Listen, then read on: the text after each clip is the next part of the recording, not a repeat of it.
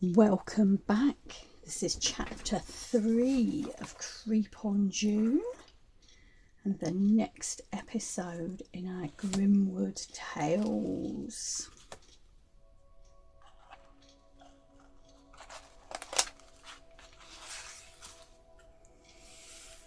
Now, if you remember in our last episode, the wicked Queen Matilda had tricked the twins Frida and Freddie into leaving home in the middle of the night, thinking that their father hated them and blamed them for their mother's death. And so the twins had left the safety of their beautiful castle, and as night fell, they'd crept out into the forest of Grimwood. Now the first thing that they saw as they travelled along was a sign. They thought this was a little bit strange and they'd stop to read it, and it says, "Wait till night comes and you will soon learn how to shudder." Well, the twins didn't quite know what to make of that, because whilst they were pretty typical pre-teens with raging hormones and, getting into a bit of mischief and causing all sorts of mayhem really between them in the castle, they really were just youngsters, and they had never ever been out in the woods on their own before, let alone at night. So as it became darker and darker in the woods, the youngsters became more and more frightened. And although they were leaving the breadcrumb trail to find their way back to the castle, they really didn't feel they could go back, given what their wicked stepmother had told them about their father blaming them for their mother's death. So they bravely carried on, wondering what to do and wondering where they were going to sleep that night. They were just about beside themselves with worry when they spotted something up ahead. And there, sitting on a little log, was a dormouse. And the dormouse was wrapped in bandages from head to foot. Just his eyes and his mouth and nose showing, not really very much else. Now, they thought this was a little curious, and they were about to turn and run when the dormouse spoke to them.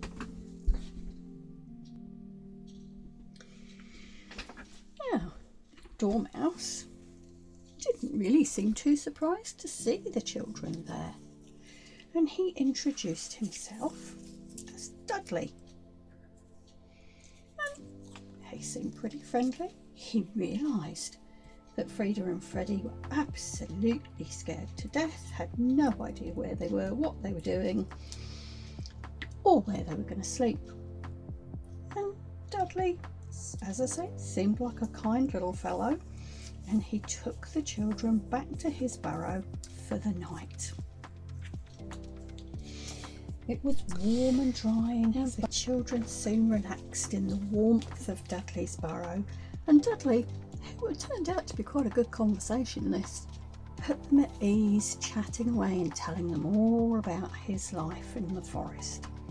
The children shared some of the food that they brought with them from their backpacks.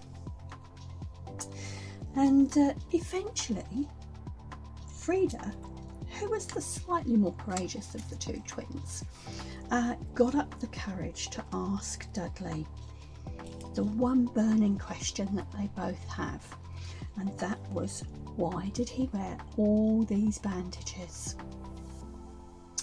Now Dudley went a bit quiet and was pretty reluctant to talk anymore, but eventually the twins persuaded him to take these bandages off. He did so, and as he turned round, the twins gasped. Dudley had his skeleton on the outside of his body, and really it was a pretty hideous sight. Freddie was all for running away there and then, but Frida got him to stay and talked some more with Dudley and asked, how has this happened? And Dudley told them the very sad story of the witch, a wicked witch who he'd met years ago, and she'd cursed him. And the curse that she'd put on him meant that for the rest of his life he had to wear his skeleton on the outside of his body, and he would frighten everybody that he saw, because people always judge you by what they see on the outside. Now Dudley told the twins that this also meant he'd been really, really lonely, and he was so much enjoying their company, and he wanted them to stay the night and spend some time with him the following day. So the twins settled down and they all curled up to sleep. Now, when the twins woke up the next morning, Dudley was gone. And they thought maybe he's just popped out on an errand. But when they looked around a little bit further, not only had Dudley gone, but all their food had gone too. Now, the twins were obviously pretty upset by this, and they decided they didn't want to hang around any longer. When they got outside, they decided that maybe they should try and go home and talk to their father and just, see how things were. Maybe the dungeons would be better than being out here alone in the wood. If everybody was a trickster like Dudley, then they didn't really, want to be out here much longer, and they didn't know what they were going to do with no food left. They knew that they would be able to find their way home with the breadcrumb trail, and decided that that was what they were going to do. But when they looked around, not only had Dudley taken their food, he'd also eaten all the breadcrumbs. Well, the children were a bit disorientated by this time and didn't really know which way to go. So they set off in what they hoped was the right direction to head home and try and sort this mess out. Now, where they end up, you will have to tune in to the next chapter and find out what happens next in the Grimwood Tales.